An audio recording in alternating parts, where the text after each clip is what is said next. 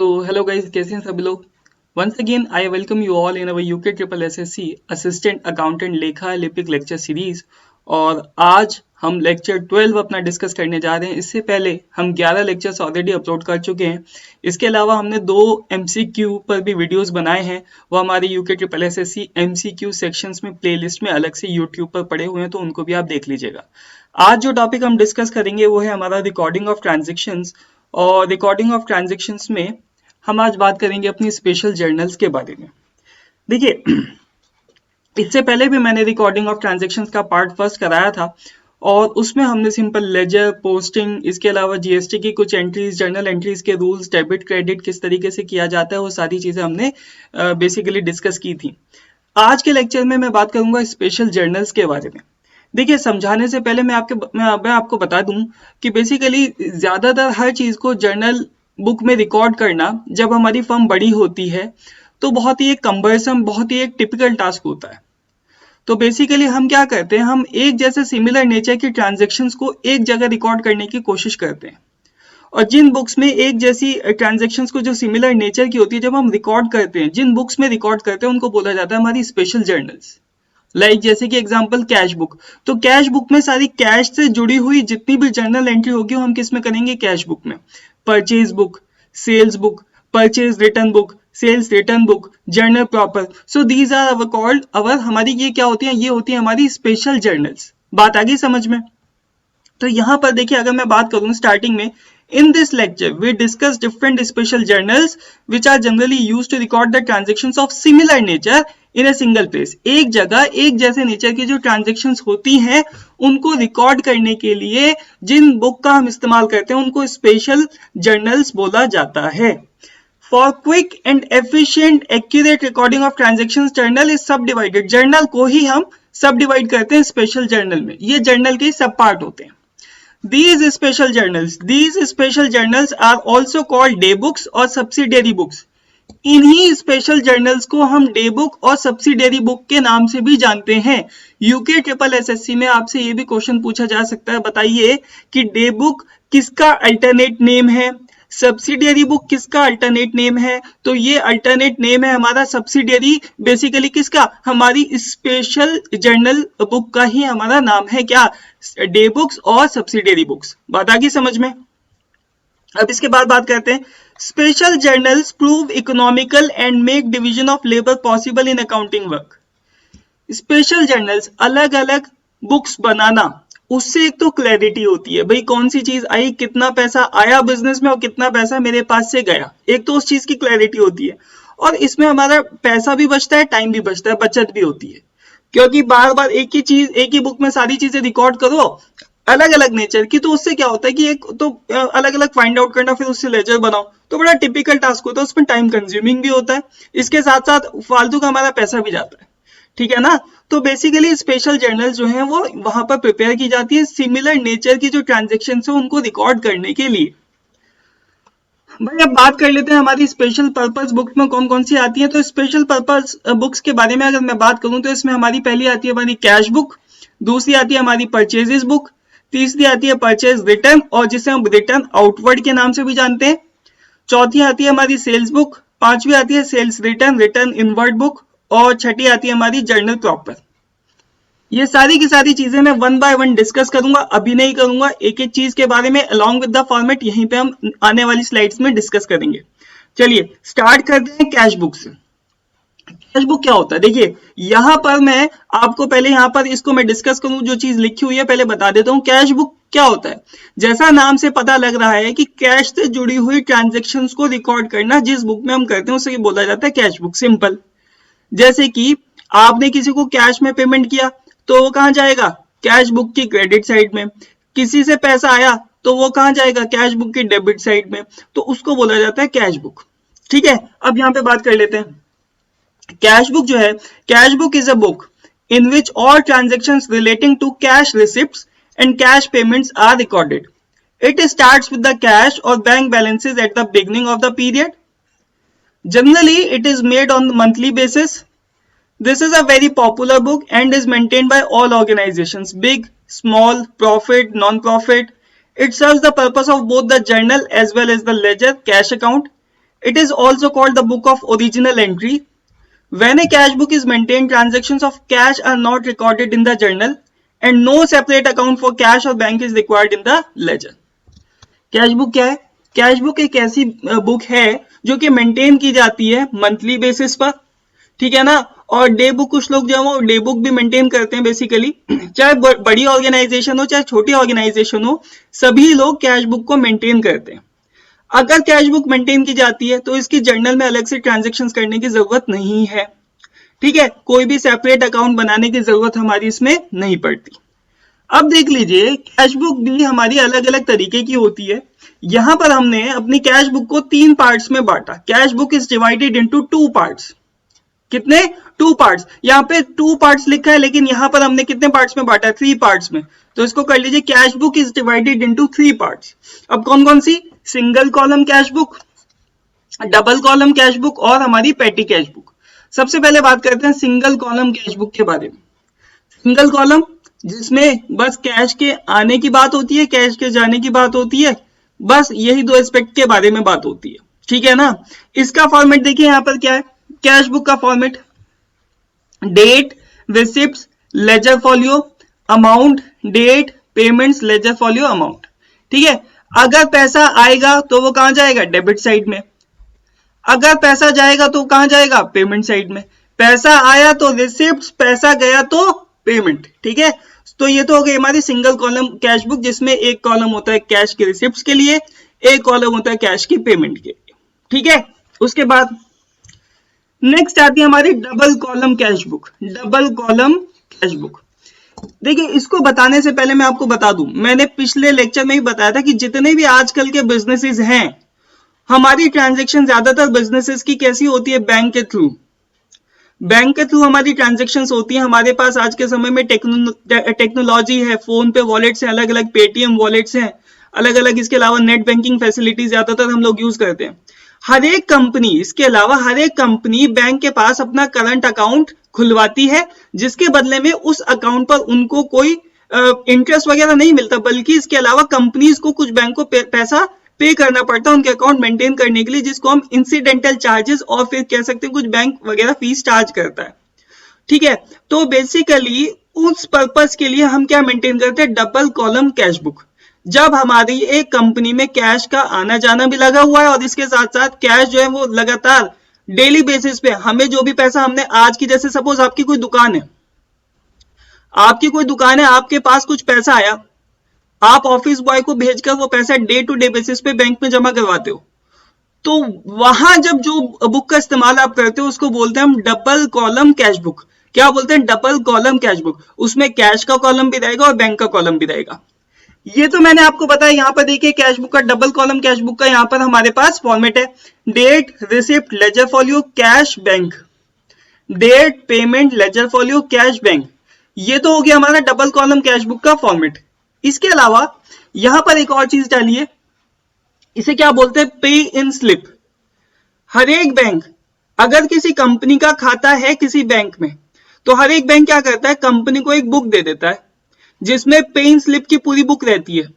Day to day basis पे जो भी आपकी ट्रांजेक्शन होंगी, आप ऑफिस बॉय को भेजकर वो सारा का सारा पैसा बैंक में जमा कराते हो और कुछ पैसा पेटी कैश एक्सपेंसेस के लिए अपनी वहां पर कंपनी में रख लोगे। पेटी कैशियर के पास वो रहता है। तो बेसिकली वो जो डे टू डे पैसा जो आप बैंक में जमा कराते हो ना, उसके लिए पे इन स्लिप का इस्तेमाल होता है। पे इन स्लिप, इसमें यहां पर देखिए इधर हमारा क्या है? इधर हमारा बेसिकली यहां पर अकाउंट नंबर है। अकाउंट नंबर के अलावा फॉर द क्रेडिट ऑफ किसके खाते में जमा होना है, कितना कैश है, उसका डिनोमिनेशन वगैरह यहां पर आ जाएगा, इसका डिनोमिनेशन यहां पर आ जाएगा।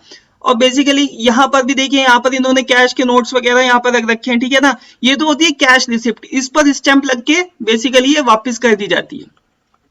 ये होती है हमारी कैश रिसिप्ट। इस पे बैंक वाला क्या करता है? अपनी स्टैंप लगाता है कि हाँ जी पैसा जमा हो गया, एक तरीके से एक्नॉलेजमेंट रिसिप्ट है। इतना पोर्शन काट कर आपको आपकी बुक में वापस छोड़ दिया जाता है। और यहाँ पर आपके डिनोमिनेशन वगैरह पड़े रहते हैं। यहाँ पे डिनोमिनेशन की कितने 100 के नोट कितने, 50 के नोट कितने, सारे पैसा जमा कराकर, या फिर अगर कोई चेक है तो चेक नंबर इसके पीछे इसके साथ इस स्लिप के साथ में अटैच करके आप बैक साइड में उसको लगाकर भेजते हैं। ये जो स्लिप है ये बैंक अपने पास रख लेता है ये वाला पोर्शन, और ये वाली जो स्लिप है इधर की ये बेसिकली क्या करता है आपके पास आपको वापस कर देता है। इसको बोलते हैं पे इन स्लिप। ठीक है, अब बात करते हैं पेटी कैश बुक।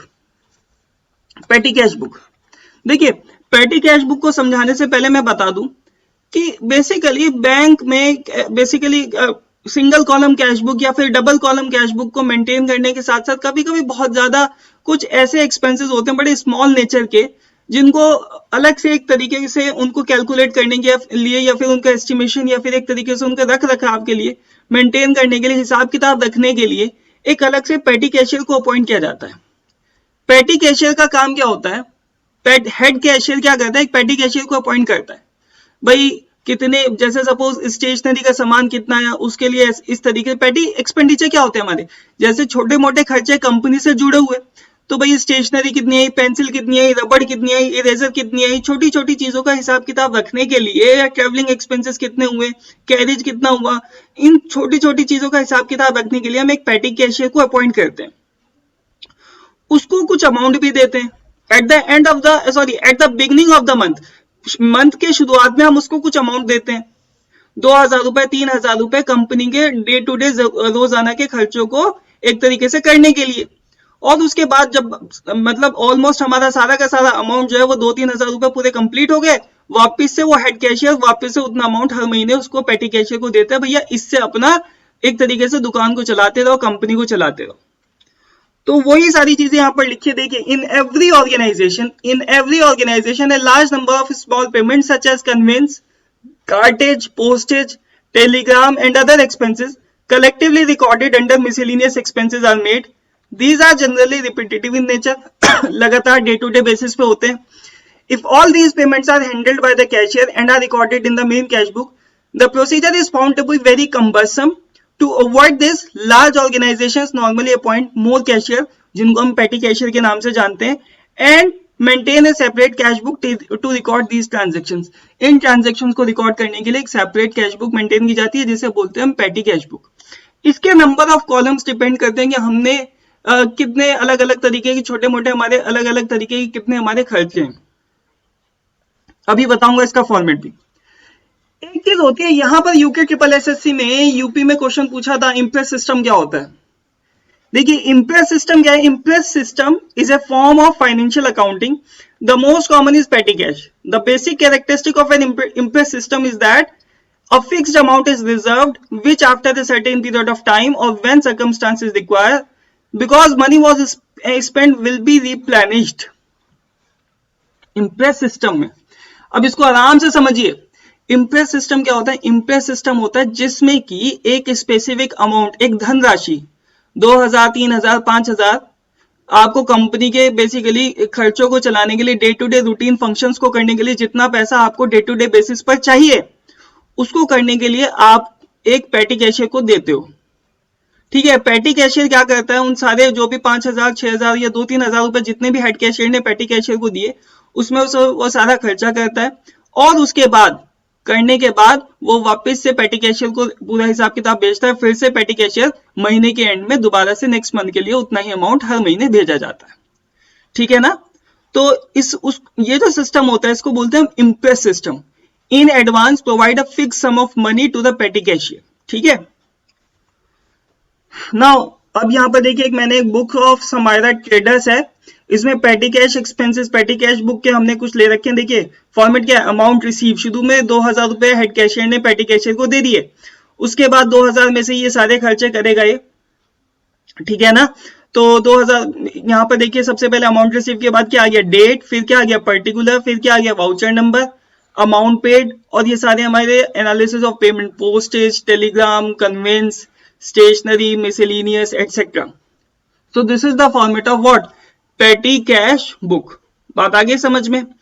अब यहाँ पर अगर यूके ट्रिपल एसएससी में आपसे घुमाकर क्वेश्चन पूछ ले जाए, ये पेटी कैश बुक के नंबर ऑफ कॉलम्स बताइए कितने होते हैं, तो आप कहोगे it depend upon the nature of the different expenses. अगर ऑप्शन में ये लिखा हुआ ना depend upon the nature of different expenses, क्योंकि देखिए जितने ज्यादा अलग अलग तरीके के खर्चे होंगे उतने ही ज्यादा हमारे कॉलम्स भी होंगे। ठीक है ना, तो ये वेरी करता है। पेटी कैश बुक के आप कॉलम नहीं बता सकते कितने होंगे कितने नहीं होंगे। अलग अलग तरीके के जितने खर्चे होंगे उतने ही नंबर ऑफ कॉलम्स हमारे बढ़ते जाएंगे। नेक्स्ट, नाउ नेक्स्ट चीज आती है आपकी बैलेंसिंग ऑफ कैश बुक। अब कैश बुक को बैलेंस करने से पहले मैं एक चीज बता दूं, बैलेंसिंग ऑफ कैश बुक हमेशा लेफ्ट साइड में तो हमारे सारे डेबिट बैलेंस आते हैं और राइट साइड में हमारे सारे क्रेडिट बैलेंस आते हैं। जब भी आप बैलेंस करने की कोशिश करोगे ना, हमेशा ध्यान रखना कि हमेशा कैश बुक का जो बैलेंस है वो हमेशा हमारा डेबिट बैलेंस ही आएगा, क्योंकि कैश पेमेंट कभी भी बेसिकली हम क्या मान के चलते हैं कि कैश पेमेंट जो है वो कभी भी हमारी कैश रिसिप्ट से ज्यादा नहीं हो सकते। तो यहां पर देखिए इन्होंने ये चीज लिखी है, on the left side all cash transactions relating to cash receipts debits, on the right side all transactions related to cash payment credits are entered date wise. When a cash book is maintained, a separate cash book in the ledger is not opened.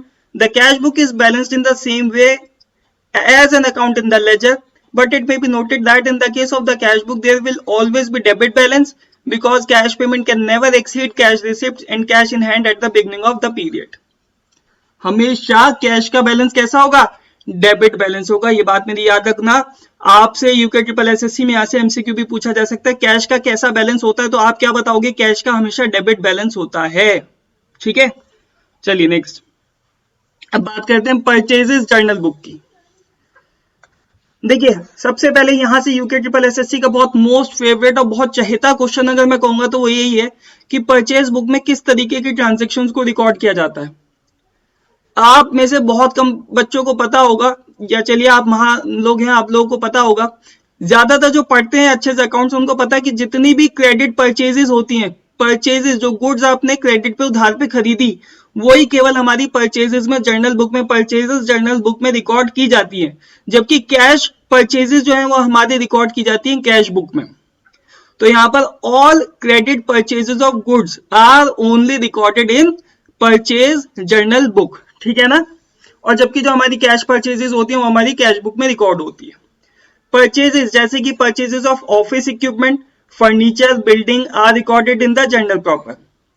अच्छा, कुछ चीजें आपने अपनी company के रख रखाव के लिए खरीदी, जैसे ऑफिस इक्विपमेंट, फर्नीचर हो गया, बिल्डिंग हो गया, इस तरीके की ट्रांजेक्शन को हम जर्नल प्रॉपर में रिकॉर्ड करते हैं। जर्नल प्रॉपर क्या होता है ये भी मैं बताऊंगा। या इफ परचेज्ड ऑन क्रेडिट और इन द कैश बुक, अगर क्रेडिट पे खरीदी तब भी और अगर कैश पे खरीदी तब भी, अगर आपने कंपनी के रख रखाव के लिए कोई चीज खरीदी या मेंटेन करने के लिए, ऑपरेशंस को करने के लिए कोई चीज खरीदी, तो वह हमेशा हमारी जर्नल प्रॉपर में रिकॉर्ड की जाएगी। बात आ गई समझ में। नेक्स्ट, ये होता है हमारा format of purchases journal book. यहां पर क्या आ गया, date, invoice number, name of supplier, account to be credited, ledger folio, amount, मतलब जिससे आपने जो चीज खरीदी वो कौन हो गया, सप्लायर। इनवॉइस नंबर, जो भी इनवॉइस नंबर था वो डालोगे। So this is what we call the format of purchases journal book. Now purchases return journal book. Purchase return journal book, आपने कोई चीज खरीदी, वो चीज निकल गई खराब कंपनी में, अब आप उसको क्या करोगे, वापस करोगे। तो जितनी भी चीजें आपने खरीदी थी वो जब आप वापस करते हो तो उसके लिए बनाई जाती है हमारी परचेज रिटर्न बुक। उस तरीके की ट्रांजैक्शंस को रिकॉर्ड करने के लिए परचेज रिटर्न बुक हमारी बनाई जाती है, ठीक है ना। अब देखिए यहाँ पर क्या लिखा है, purchases return of goods are recorded, sometimes goods are purchased are returned to the supplier for various reasons such as the goods are not of required quality or are of defective etc. For every return a debit note is prepared and the original one is sent to the supplier for making necessary entries in his book. The supplier may also prepare a note which is called credit note. Purchase return book में हमेशा एक debit note बनाया जाता है। अब ये क्या चीज है डेबिट नोट और क्रेडिट नोट, ये भी बताऊंगा। डेबिट नोट हमेशा, जैसे सपोज किसी कंपनी ने सप्लायर से कोई चीज खरीदी और वो चीज निकल गई खराब, तो खराब निकलते समय, खराब जब निकल गई तो परचेज रिटर्न बुक में डेबिट नोट दिया जाएगा, डेबिट नोट दिया जाएगा और उसकी एक कॉपी सप्लायर को भेजी जाएगी कि भाई आपसे हमने इतना माल खरीदा था, इतने माल में से ये चीज खराब निकल गई, इस वजह से इस कारणवश हम आपके इतने पैसे, इतना अमाउंट आपका काट रहे हैं। तो उसके लिए बोला जाता है डेबिट नोट। डेबिट नोट बनाया जाता है खरीदते समय, परचेज रिटर्न, कोई चीज खरीदते समय खराब खरीदने के बाद वो खराब, मतलब खरीदने के बाद खराब निकल गई, तो उसको जब वापस करते हो आप सप्लायर को, तब आप डेबिट नोट बनाते हो। ये क्वेश्चन पूछ लिया जाता है, इंपॉर्टेंट चीज है। देन उसके बाद the source document for recording entries in the purchases return journal is generally a debit note. Purchase return journal के लिए कौन सा नोट दिया जाता है? डेबिट नोट दिया जाता है, ये बात याद रखना। आगे बात करते हैं। ये रहा हमारा purchase return journal book format. तो देखिए यहाँ पे आगे डेट, यहाँ पे आ गया हमारा डेबिट नोट नंबर, यहाँ आ गया हमारा नेम ऑफ द सप्लायर, यहाँ आ गया लेजर फोलियो, यहाँ आ गया हमारा amount. Name of the supplier account to be debited, जिसका अकाउंट आपने डेबिट करना है, ठीक है ना।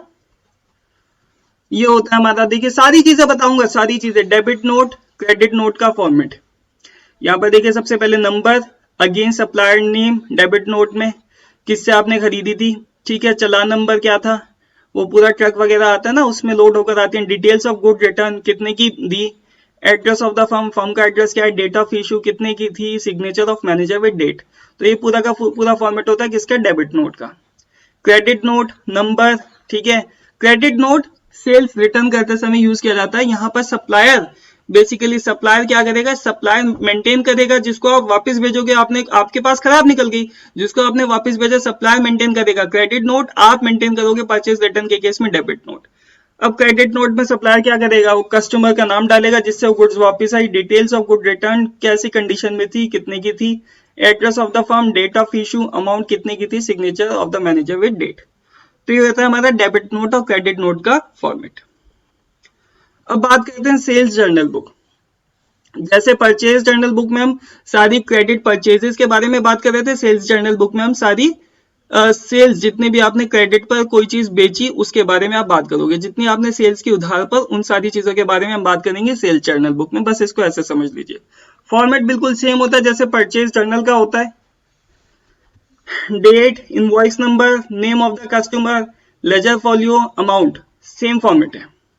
सेल्स रिटर्न जर्नल बुक, जो आपने चीजें किसी को बेची और आपके पास वापस आई, आपने बेचा, आपकी कंपनी ने बेचा और आपके पास वापस आ गई, ये कहकर कि वो चीज खराब निकल गई, तो आप उस समय क्या मेंटेन करते हो, sales return journal book maintain करते हो, ठीक है ना। इस केस में आप कौन सा नोट प्रिपेयर करोगे, क्रेडिट नोट। तो बेसिकली परचेज रिटर्न के लिए अगर मुझे समझाना हो तो परचेज रिटर्न के लिए तो होता है हमारा डेबिट नोट,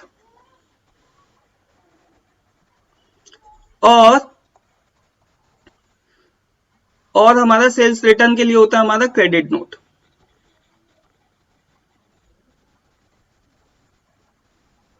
ठीक है, सेल्स रिटर्न के लिए होता है हमारा credit note. Sales return journal book format, date, credit number, name of the customer, account to be credited, किसके अकाउंट में पैसा वापस करना है। सपोज मैंने मंत्रा से कोई चीज मंगाई, आज का ट्रेंड हो गया है हर चीज मंत्रा से मंगाओ, तो हम मैंने मंत्रा से कोई चीज मंगाई, अब ट्रेंड क्या, उनकी पॉलिसी है 1 महीने यूज करो चीज को, अब अगर खराब निकल जाए वापस कर दो, पैसा आ जाएगा। तो वहां पे सेल्स रिटर्न वाउचर का इस्तेमाल करते हैं वो कंपनी वाले। वो क्या करते हैं, आपने कहा जी ये बेकार है चीज, ठीक है, तो आप वो क्या करेंगे, पूरा का पूरा उसका क्रेडिट नोट मेंटेन करेंगे, और आपका नेम ऑफ द कस्टमर, जिसके अकाउंट में पैसा जाना है वो मेंटेन करेंगे, आपके खाते में पैसा वो वापस डाल देंगे। तो वो होता है हमारा सेल्स रिटर्न जर्नल बुक, ठीक है। अब बात आती है हमारी journal proper, last. A book maintained to record transactions which do not find place in special journals is known as journal proper or journal residual। एक ऐसी बुक जिसमें वो सारी ट्रांजैक्शंस आती हैं जो हमारी बाकी बुक्स में नहीं आती, जैसे cash book, purchase return book, sales return book, इनमें नहीं आती। वो कौन कौन सी एंट्रीज होती हैं, वो कौन कौन सी ट्रांजैक्शंस होती हैं, जैसे कि following transactions are recorded in this journal. Opening entry, opening entry, कोई चीज बिजनेस को स्टार्ट करते हुए आप लेके आए कैपिटल की फॉर्म में, कैपिटल के लिए कैश लेके आए, कुछ एसेट्स लेके आए, तो ओपनिंग एंट्री इसमें जाती है। एडजस्टमेंट एंट्री, कुछ एडजस्टमेंट करनी है आपने, जैसे rent outstanding, prepaid insurance etcetera, वो भी जर्नल प्रॉपर में जाती है। कोई रेक्टिफिकेशन एंट्रीज आपने करनी है, गलत चढ़ गई उसको सुधारना, तो रेक्टिफिकेशन एंट्रीज भी इसमें जाती है। ट्रांसफर एंट्रीज, एक अकाउंट से दूसरे अकाउंट में कुछ ट्रांसफर करना, तो एंट्रीज भी इसमें जाती हैं। तो जर्नल प्रॉपर इन चीजों के लिए इस्तेमाल होता है, ठीक है। तो ये थी मेरा recording of transaction part second, NCERT का चैप्टर 4 जो पूरी तरीके से कंप्लीट हो चुका है। मैंने एक एक स्पेशल बुक आपको बता दी। इसके बाद हम इसके एमसीक्यूज भी करेंगे, अभी मैं एमसीक्यू की वीडियो भी डालूंगा, और चैप्टर वाइज एमसीक्यू भी करेंगे, और इसके बाद अब हम मिलेंगे अपना नेक्स्ट लेक्चर में, ठीक है। चलिए आज के लिए फिलहाल इतना ही। Thank you so much.